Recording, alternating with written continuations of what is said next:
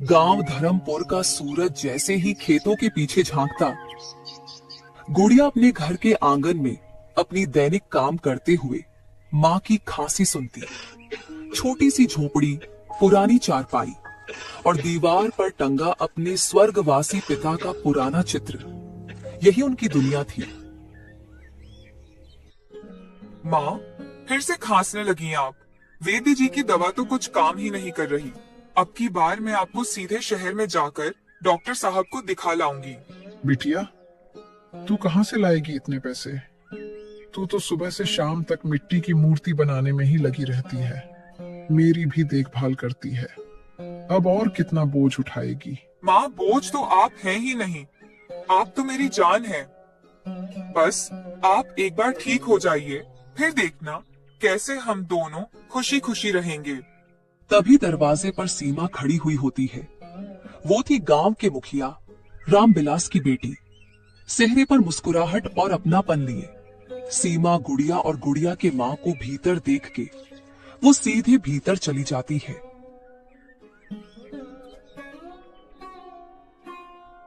अरे गुड़िया, आज तुमने सूरज उगने से पहले ही सब काम कर लिया क्या, जो मौसी जी के साथ बैठ के बात कर रहे हो? सीमा, क्या ही बोलूं तुझे। मेरे नसीब में शांति से माँ के साथ बैठ के बात करने का समय कहाँ। मैं तो बस माँ को दवाई देने आई थी। मुझे तुम्हारे जैसे अपने परिवार के साथ सुकून से समय व्यतीत करने का अवसर कहाँ मिलेगा। हम जैसे को तो मेहनत करना होता है या माँ की खांसी सुननी होती है। अरे अरे रुक जाओ गुड़िया, ऐसा क्यों बोल रही है तू? क्या हुआ मौसी को? कल भी नहीं दिखी मंदिर में।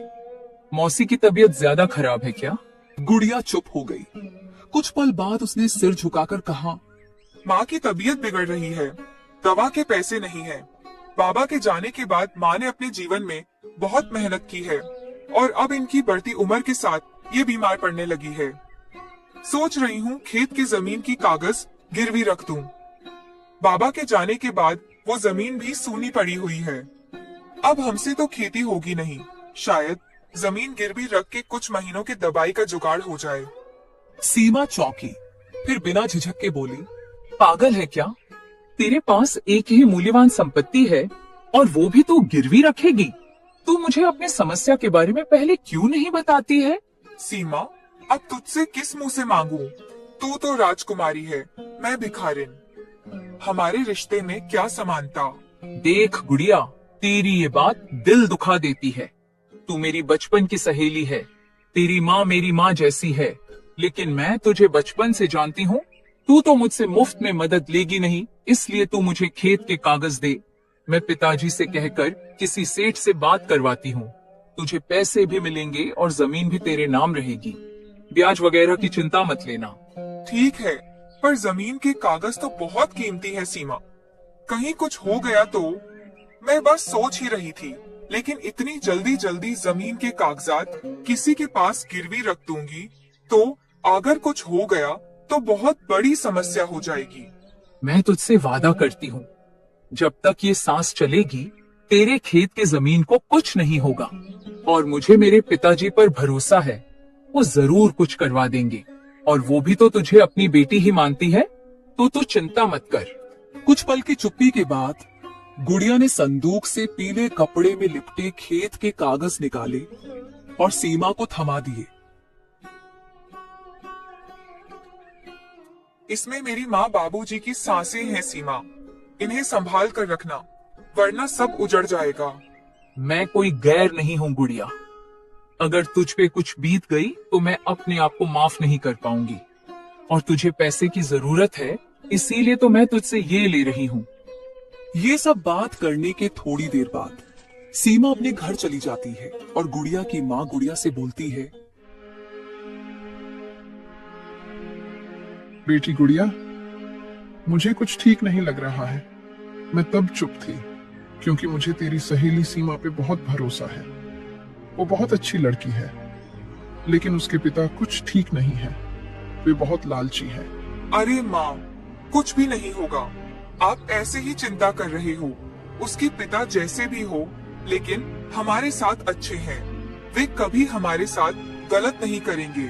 आप चिंता मत कीजिए। मैं ये सब आपके दवाई के लिए ही कर रही हूँ। आपकी तबीयत आए दिन खराब होती रहती है। हमें पैसे की जरूरत है माँ।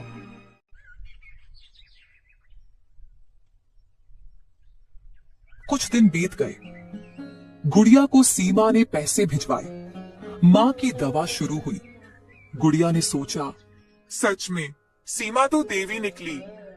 वो बचपन से अमीरी में बड़ी हुई है, फिर भी उसने मेरे साथ हमेशा अपनी दोस्ती अच्छे से निभाया है।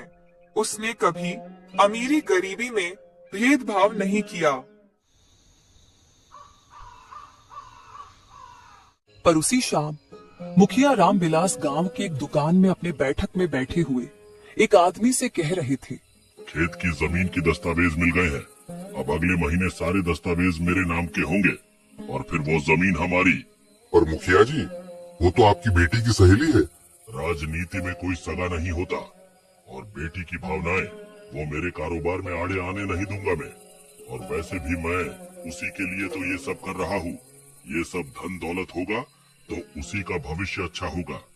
लेकिन मुखिया जी, गुड़िया भी तो आपकी बेटी की तरह है। उस बेचारी की तो पिता भी नहीं है और उसकी जमीन ले लेंगे तो उसकी और उसकी माँ का क्या होगा? उसकी भी तो भविष्य है। अरे तुम उनकी इतनी परवाह क्यों कर रहे हो? जैसे रहे रहने दो। और वैसे भी गुड़िया के साथ मेरे कोई जाति दुश्मनी नहीं है। मैं तो उनकी जमीन अपने पास रखकर उन्हीं पे एहसान कर रहा हूँ। और हाँ, उनसे जमीन मैं मुफ्त में थोड़ी ले रहा हूँ, जमीन के बदले पैसे दे तो रहा हूँ। लेकिन मुखिया जी, आप तो उनको आधे पैसे ही दोगे जो कि लोग गिरवी रखने पे देते हैं।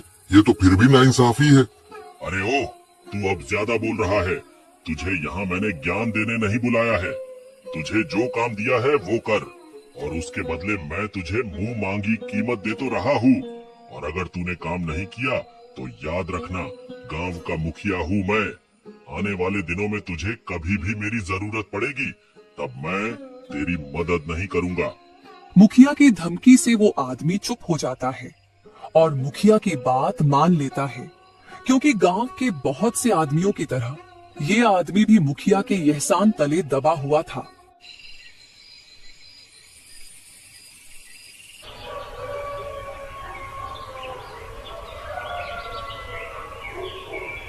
अगले सुबह गुड़िया मूर्ति बनाने की जगह पर थोड़ी सी चिंता में बैठी हुई थी।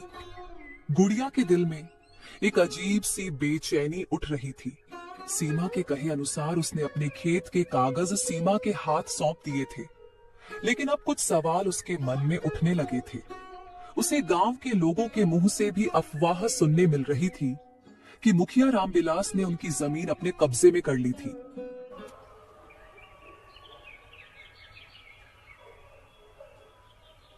ऐसे ही कुछ दिन बीत जाते हैं और एक दोपहर जब गुड़िया अपने आंगन में अपने बनाई मूर्तियों को संभाल कर रख रही थी, तभी गांव के एक बुजुर्ग मोहन काका उसके पास आए। गुड़िया बिटिया, सुना है तुमने अपने खेत के कागज सीमा के हवाले कर दी। हाँ काका, सीमा बोली थी कि उसके पिता जमीन को किसी के पास गिरवी रख के मुझे थोड़े पैसे दे देंगे, जिससे मैं अपनी माँ के दवाई का इंतजाम कर सकूं। मैं मूर्ति बनाकर जितनी कमाती हूँ वो सब तो रोज के खर्चे में निकल जाते हैं और मैं अपनी पिता की वो जमीन बेच भी नहीं सकती क्योंकि माँ मना करती है। वे बोलती है कि वो जमीन मेरे पिता की आखिरी निशानी है और वो जमीन मेरे भविष्य के लिए जरूरी है। देख बिटिया, गांव में सब कहते हैं कि ये बात ठीक नहीं। मुखिया रामविलास की चालाकी किसी से छुपी नहीं। सीमा भी जानती है कि उसके पिता धन दौलत के मामले में कितने लालची है। वो भी अपने पिता की तरफ हो गई होगी। ऐसा कैसे हो सकता है काका? सीमा तो मेरी सबसे अच्छी दोस्त है। वो मुझसे कभी धोखा नहीं कर सकती। आप उसके बारे में गलत मत बोलो। उसने बचपन से कभी भी मेरे लिए कुछ गलत नहीं किया और उनके पास भगवान का दिया सब है, तो वे लोग हमारी जमीन क्यों हड़पेंगे? दुनिया में कोई भी इंसान पूरी तरह सही या पूरी तरह गलत नहीं होता बिटिया, पर सावधानी जरूरी है। जमीन का ध्यान रखना। तुझसे ज्यादा समय इस गांव में व्यतीत किया हूँ। मैं उस रामविलास को अच्छे से जानता हूँ। ये सब कह के मोहन काका उधर से चले जाते हैं।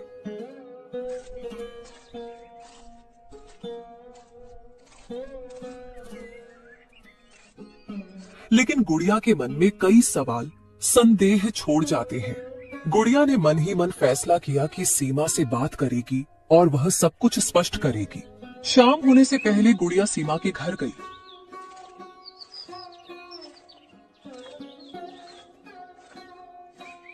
और सीमा हंसती हुई दरवाजे पे खड़ी हुई मिलती है।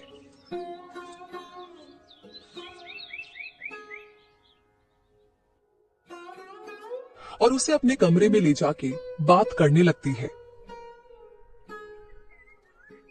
गुड़िया, क्या बात है? आज अचानक क्या काम है जो तू आज ऐसे अचानक अपनी सहेली से मिलने आई है?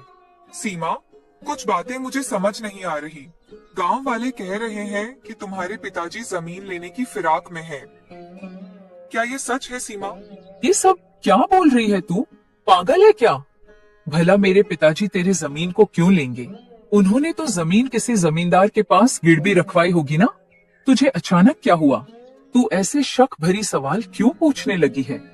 मैं ज्यादा कुछ नहीं जानती, बस मुझे ऐसा लग रहा है कि तुम्हारे पिता हमारे जमीन को हड़पना चाहते हैं। गुड़िया, मैं तेरे लिए कुछ भी कर सकती हूँ, पर मेरे पिताजी के ऊपर तू ऐसे इल्जाम मत लगा। अरे हम लोग तेरी मदद कर रहे थे ना, और तू हम ही पर शक कर रही है। माना कि मेरे पिताजी की सोच अलग है, वे चाहते हैं कि गांव में उनकी पकड़ मजबूत हो, लेकिन पिताजी किसी के साथ कुछ गलत नहीं करते। और वैसे भी हमें तेरी जमीन की जरूरत नहीं है, भगवान का दिया हमारे पास सब कुछ है। देख सीमा, ये गलत इल्जाम लगाने की बात नहीं है। सब गांव वाले यही बोल रहे हैं, और गांव वाले बोलते हैं कि तुम्हारे पिता अपने मुखिया पद का गलत फायदा उठाते हैं। वे बहुत लालची हैं, और मुझे ये सब सुन के बहुत डर लगता है। हमारी वो जमीन हमारी आखिरी उम्मीद है। कृपा करके तुम लोग वो जमीन हमें वापस कर दो। वाह गुड़िया, अब मुझे सब समझ आ रही है। अच्छा खेल खेल रही है तू। पहले जमीन गिरवी रख के पैसे ले लिए, और अब जमीन वापस मांग रही है। तुझे मैंने समझने में भूल कर दी। तू तो लालची निकली रे। गुड़िया सीमा की बात सुन के गुस्से में बोली, मैं लालची नहीं हूँ। लालची तू और तेरे पिता है, जो गांव के कई लोगों के साथ नाइंसाफी किया है। मैं यहाँ तेरे पास इसलिए आई कि मुझे लगा ये सब तेरे पिता अकेले कर रहे हैं, लेकिन अब मुझे पता चला तू भी उनके साथ जुड़ी हुई है। छी, तू कितनी लालची निकली रे। एक बार भी मेरी बीमार माँ के बारे में नहीं सोची तू। तुझे पता है मैं अपनी माँ की तबीयत को लेकर कितनी परेशान हूँ, पर तेरी दोस्ती ने मुझे कुछ उम्मीद दी थी। अब तो तेरी इस धोखे ने वो उम्मीद भी छीन ली।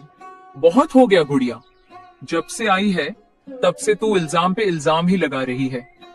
मैंने तेरे और मौसी के लिए कभी गलत नहीं सोची है। अब बस हो गया, तू निकल मेरे घर से। तुझ जैसे गरीब और छोटी मानसिकता की लड़की के साथ कोई रिश्ता नहीं रखनी मुझे। हाँ, अब क्यों कुछ रिश्ता रखेगी तू? सब काम हो गया ना, दोनों बाप बेटी का। और हाँ, गरीब हूँ, लेकिन तुम लोगों की तरह दिल की नहीं। जमीन चाहिए था तो मांग लेती, ऐसे विश्वासघात करने की जरूरत नहीं थी। दे देती तुझे जमीन और रह लेते हम लोग मेहनत मजदूरी करके। ये सब बोल के गुड़िया गुस्से और दुखी मन से वहां से चली आती है। और सीमा भी गुड़िया से ये सब सुन के दुखी हो जाती है और उसकी आंखों से आंसू निकलने लगते हैं।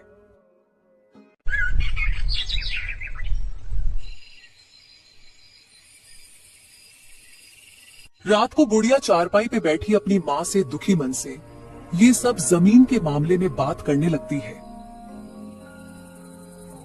माँ, लोग धन दौलत के लिए कितने लालची और मतलबी बन जाते हैं। मैंने जिसे बचपन से अपने परिवार का हिस्सा समझा, वही आज हमारे साथ हमारे जमीन के लिए विश्वासघात कर रहे हैं। बेटी, मैं तो सीमा को अपनी बेटी की तरह देखती थी, लेकिन सीमा ने अपने पिता के साथ देके मुझे गलत साबित कर दिया। उसका पिता तो है ही लालची, लेकिन मैंने कभी नहीं सोची थी कि सीमा भी ऐसी निकलेगी। उसने लालच में हम जैसे गरीब की जमीन को भी नहीं छोड़ा। हाँ माँ, लोग बहुत स्वार्थी बनते जा रहे हैं। लेकिन माँ, आप चिंता मत करो, मैं उन लोगों को इतने आसानी से अपनी जमीन लेने नहीं दूंगी। मैं पूरे गांव में ये मुद्दा उठाऊंगी और पंचायत में सबके सामने मुखिया और सीमा को दोषी साबित करूंगी। नहीं बेटी, तू ये सब मत कर। वे लोग पैसे वाले हैं, उनके तरफ बहुत लोग हैं। तू उनसे जीत नहीं पाएगी, उल्टा पूरे गांव में तू शर्मिंदा होगी। हम जैसे हैं वैसे ही जी लेंगे। हम वो जमीन का मोहताज नहीं है। लेकिन माँ, वो पिताजी की निशानी है माँ। मुझे जमीन का लालच नहीं है, लेकिन मैं अपने पिता की निशानी उन लालची लोगों को नहीं दूंगी। मैं कल मोहन काका के साथ जाके पंचायत में ये मुद्दा जरूर उठाऊंगी।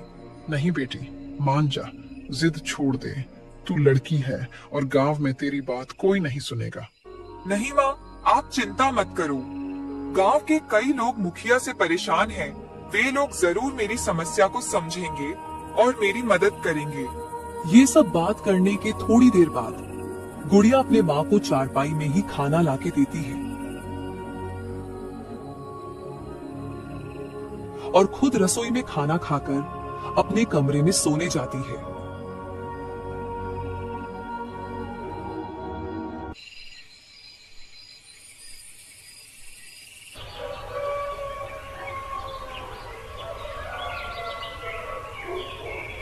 अगले दिन पंचायत बुलाई गई। गांव के लोग जमा हुए। सीमा भी पंचायत में अपने पिता के बगल में खड़ी हुई थी।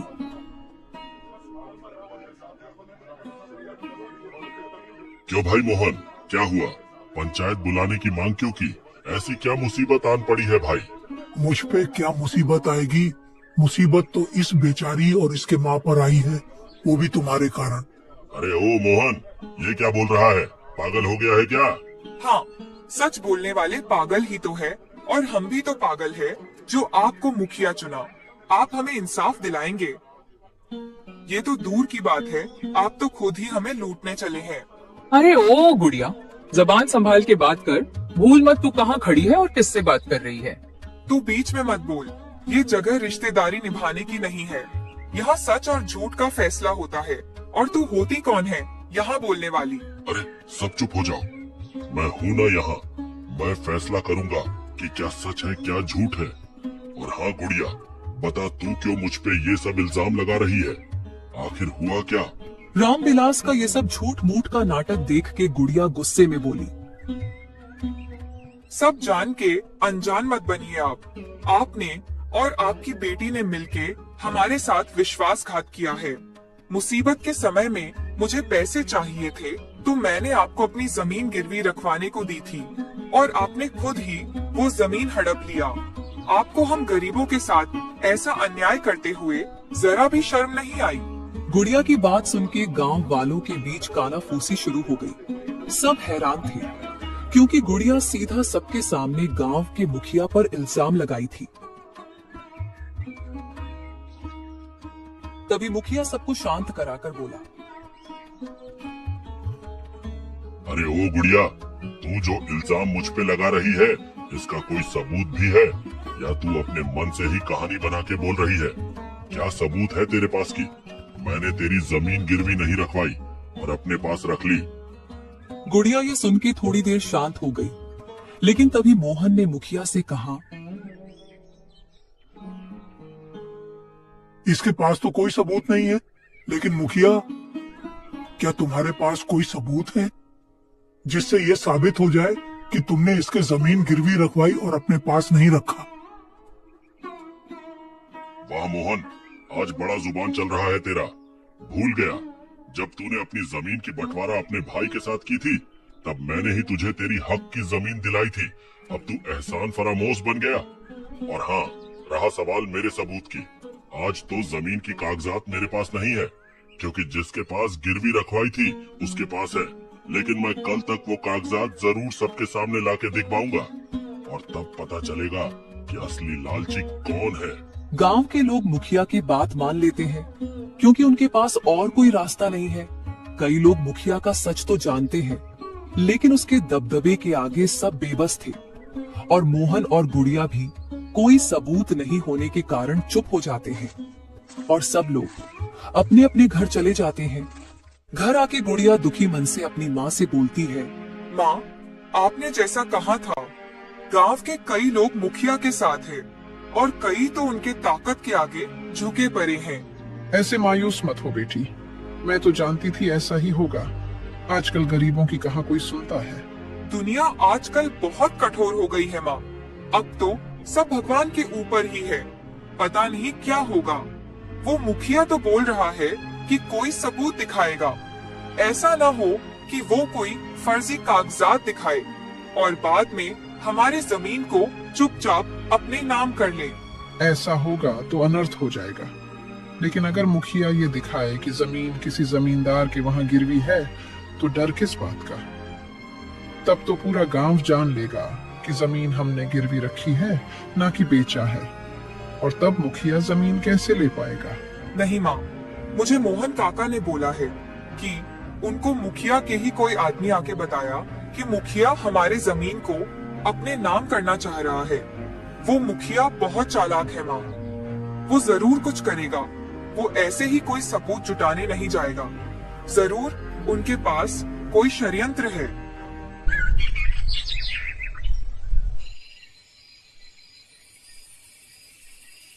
ऐसे ही दोनों माँ बेटी रात को भी अपने दुख भरे जीवन के बारे में बात करके रात बिताते हैं। अगले दिन मुखिया अपने घर पे उसके आदमी से जमीन के कागजात के बारे में बात कर रहे थे। तुम्हें पता तो है ही करना क्या है, बस तुम ये आखिरी काम कर दो और मैं तुमको भी इसके अच्छे पैसे दे दूंगा। मुखिया जी, मुझे ये सब कुछ ठीक नहीं लग रहा है। मैंने आपको पहले भी बोला है, वो गुड़िया आपके बेटी की सहेली है और वो बेचारी जैसे तैसे घर चला रही है। आप उसके साथ ऐसा मत करो। सुन रामू, तू अपना दिमाग मत लगा। बहुत दिनों से तेरा बक बक सुन रहा हूँ। अब और नहीं, जो कहा है वो जाके कर। और तू क्यों उनका सगा बना हुआ है? अरे मैं इस मौके का कब से राह देख रहा था। अगर अभी मैं उनका जमीन नहीं लूंगा तो कभी नहीं ले पाऊंगा। यही अच्छा अवसर है। तू ये सब मत सोच। आजकल कौन किसका सोचता है। मुखिया के मुंह से ये सुन के रामू को अच्छा नहीं लगता। उसने मुखिया के साथ बहुत से गलत कामों में साथ दिया, लेकिन अब गुड़िया के परिवार के साथ ये सब करने को उसका दिल नहीं मान रहा था। और फिर वो मुखिया के नजर बचाते हुए सीमा से मिलता है। बेटी सीमा, मुझे तुमसे एक जरूरी बात करनी है। अरे रामू चाचा, आपको अचानक क्या बात करनी है मुझसे? और आप ऐसे हड़बड़ा के क्यों आए हो? और अगर कुछ गांव की बात है तो पिताजी से कहिए, वो मुखिया है, मैं नहीं। अरे नहीं बेटी, गांव की बात नहीं है। मुझे गुड़िया से जुड़ी कुछ बात करनी है। नहीं चाचा, मुझे उसके विषय में कुछ नहीं सुनना है। उसकी जैसे छोटी सोच की लड़की की बात मेरे सामने मत करो आप। अरे ये क्या बोल रही है बेटी? वो तेरी सबसे अच्छी दोस्त है। और तू पहले सुन तो मैं क्या बोलने वाला हूँ। ऐसे गुस्सा क्यों कर रही है? मैं बहुत मुश्किल से तेरे पिता से चुपके तुझसे बात करने आया हूँ। एक बार सुन तो ले। ऐसी क्या बात है रामू चाचा जो आप चुपके आए हो और सिर्फ मुझे ही बोलेंगे? बेटी सुन, तू गुड़िया को गलत समझ रही है। वो अपनी जगह सही है। वो कोई तेरे पिता पे झूठा इल्जाम नहीं लगा रही है। वो तो सब सच बोल रही है। अरे चाचा, आप क्या कहना चाहते हैं? साफ साफ बोलिए ना, बात को घुमा क्यों रहे हो? सीमा को रामू उसके पिता के पहले का और गुड़िया के साथ किए गए सब करतूत बताने लगता है। और सीमा के ये सुनते हुए आंखें नम होने लगती हैं। और रामू के मुंह से सब सच्चाई सुन के सीमा को बहुत दुख होता है और वो गुड़िया के साथ किए गए बर्ताव को लेके खुद पे ही गुस्सा होने लगती है। रामू चाचा, अभी आप जाओ। मुझे सब समझ आ गया है। मैं ही बेवकूफ थी जो अपने ही पिता के बुरे करतूतों और लालच को देख नहीं पाई। गलतफहमी में मैंने उस बेचारी गुड़िया को कितना कुछ सुना दिया। पिता मोह में मैंने एक बार भी उसकी पक्ष लेके नहीं सोचा। अब वो मुझे कभी माफ नहीं करेगी। मैंने अपनी बेवकूफी की वजह से मेरी सबसे प्यारी सहेली को खो दिया। हाँ बेटी, मैं जल्दी से चलता हूँ, नहीं तो तेरे पिता देख लेंगे। और हाँ, मैं तुम दोनों सहेली के बीच में नहीं आना चाहता, लेकिन मैं तुझे इतना कहता हूँ कि तूने जो बुरे बर्ताव उसके साथ किया है, उसकी माफी मांग गुड़िया से और तू उसको इंसाफ दिला दे। ये ले जमीन के कागज और जाके पंचायत में सबको दिखा दे और अपने पिता को गलत साबित कर दे। ये बोल के रामू सीमा को जमीन के कागज दे के वहां से जल्दी जल्दी निकल जाता है।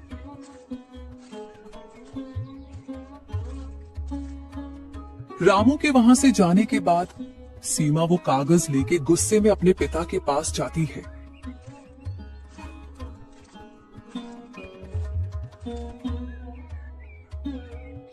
मुझे आपसे ये उम्मीद नहीं थी पिताजी।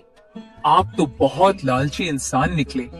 आपने तो अपने लालच की वजह से मेरी बहन जैसे सहेली के साथ दोस्ती तोड़वा दी। आपके लिए मैंने उसको क्या क्या नहीं सुना दिया। अब मैं कैसे उसके सामने मुंह दिखाऊंगी। अरे तुझे अचानक क्या हुआ बेटी? और ये तू अचानक बहकी बातें क्यों करने लगी है? और तुझे ये कागज कहाँ से मिला? अरे आप कुछ मत बोलिए। आपने बहुत धोखा दे दिया अपनों को। अब तो सुधर जाइए पिताजी। आखिर किस चीज की कमी है हमें जो आप उस बेचारी गुड़िया की जमीन भी हड़पने चले थे। अरे बेटी तू मुझे गलत समझ रही है। मैंने कुछ गलत नहीं किया है। रहने दीजिए पिताजी। अब और कितने झूठ बोलोगे आप? मुझे सब पता है। ये जमीन की कागजात सब बता रही है कि आप कितने सच्चे इंसान हैं। आपने तो ये जमीन दूसरे गांव के जमींदार को गिरवी रखने को दिया था ना, तो ये कागजात आपके नाम पर यहाँ क्या कर रही है? सीमा को सच्चाई का पता देख रामविलास चुप हो जाता है और उसको समझाने की कोशिश करता है। बेटी मैंने तो ये सब तेरे भविष्य के लिए ही किया था। अब तू ही मुझे गलत समझ रही है बेटी। बंद करिए ये नाटक पिताजी। कोई जरूरत नहीं है मेरे लिए ऐसे दूसरों को ठगी करके धन जमीन जुटाने की। जितना है वही काफी है। और आप ये लालच छोड़ दीजिए। आप दूसरों को ठगते हैं, गरीबों को धमकाते हैं, इसीलिए शायद माँ भी आपको छोड़कर भगवान को प्यारी हो गई। और अगर आप नहीं सुधरे तो मैं भी आपको छोड़कर हमेशा हमेशा के लिए इस घर से चली जाऊंगी। फिर रहना आप अकेले इस धन दौलत के साथ। सीमा की दिल दुखाने वाली बातों से और उसकी अपनी माँ को लेके किए हुए बातों से रामविलास बहुत ज्यादा दुखी हो जाता है और अपने बेटी के सामने गिड़गिड़ाने लगता है। मुझे माफ कर दे बेटी। मैंने अपनी लालच को प्यार का नाम दिया। मैं बहुत लालची हो गया था। लेकिन बेटी तू मुझे छोड़कर मत जा। मैं पंचायत में जाके पूरे गांव के सामने अपनी गलती मानूंगा और गुड़िया की जमीन भी लौटा दूंगा। बस तू मुझे छोड़कर मत जा। मैं अकेले नहीं जी पाऊंगा बेटी। सीमा को अपने पिता के ऊपर बहुत गुस्सा आ रहा था, लेकिन अपने पिता को ऐसे दुखी अवस्था में देखकर सीमा मान जाती है और अपने पिता को गलती मानते देख वो गुड़िया के पास अपने पिता के साथ जाके माफी मांगने की सोचती है और उसको उसकी जमीन भी लौटाने की सोचती है। अगले दिन सीमा और उसके पिता गुड़िया के घर जाते हैं और गुड़िया के हाथ में जमीन की असली कागजात थी, जिसमें जमीन गुड़िया और उसकी माँ के नाम पे थी। गुड़िया की माँ और गुड़िया सीमा और उसके पिता को ऐसे अचानक देख के हैरान थे।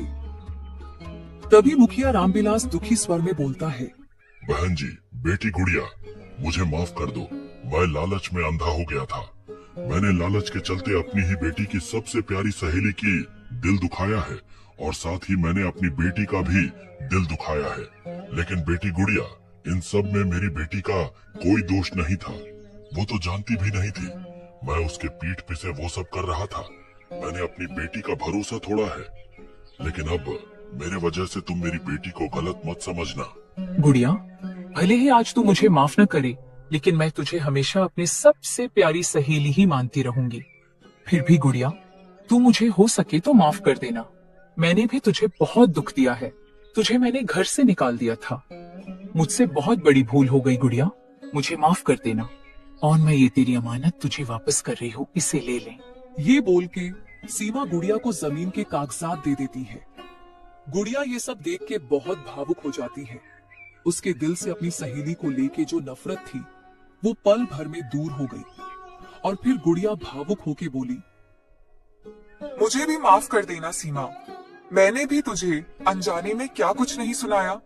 मैंने तुझे गलतफहमी के चलते बहुत कोसा, बहुत नफरत किया तुझसे। मुझे भी माफ कर दे। नहीं गुड़िया, इसमें तेरा कोई दोष नहीं है। तेरी जगह मैं होती तो मैं भी वही करती। तू माफी मत मांग। लेकिन गुड़िया, मैं तुझे एक विनती करती हूँ, कृपा करके तू और मौसी मेरे पिताजी को भी माफ कर दे। उन्हें अपनी गलती का पछतावा है, वे अब किसी के साथ कुछ गलत नहीं करेंगे। बस तू और मौसी जी मेरे पिता के की इस गलती को गांव वालों के सामने मत आने देना, नहीं तो मेरे पिता शर्म से जी नहीं पाएंगे। नहीं सीमा बेटी, हमें अब कोई खेद नहीं है। हमें हमारी हक की जमीन तूने सौंप दी है और मुखिया जी ने भी अपनी गलती मान ली है। अब हम गरीबों को और क्या सहिए। तू निश्चिंत रह, हम किसी से कुछ नहीं कहेंगे। आपका बहुत बहुत धन्यवाद बहन जी। आप लोग दिल के बहुत अमीर है। आप लोग मुझे माफ कर दीजिएगा। और हाँ, आपको जो पैसे अपनी जमीन के गिरवी रखने के बदले मिले थे, वो आपको वापस करने की जरूरत नहीं है। वो मेरे तरफ से मेरे गलती की हर्जाना समझ लीजिए। और ऐसे ही आखिर में गुड़िया और गुड़िया की माँ से दोनों बाप बेटी को माफी मांगकर बहुत सुकून मिला और गुड़िया और उसकी माँ ने भी खुशी खुशी उनको माफ कर दिया। और फिर मुखिया और सीमा हंसी खुशी उनसे विदा लेके घर की ओर निकल जाते हैं और गुड़िया और उसकी माँ भी अपनी जमीन वापस पाकर बहुत खुश हो जाते हैं और गुड़िया और सीमा की दोस्ती हमेशा बरकरार रहती है।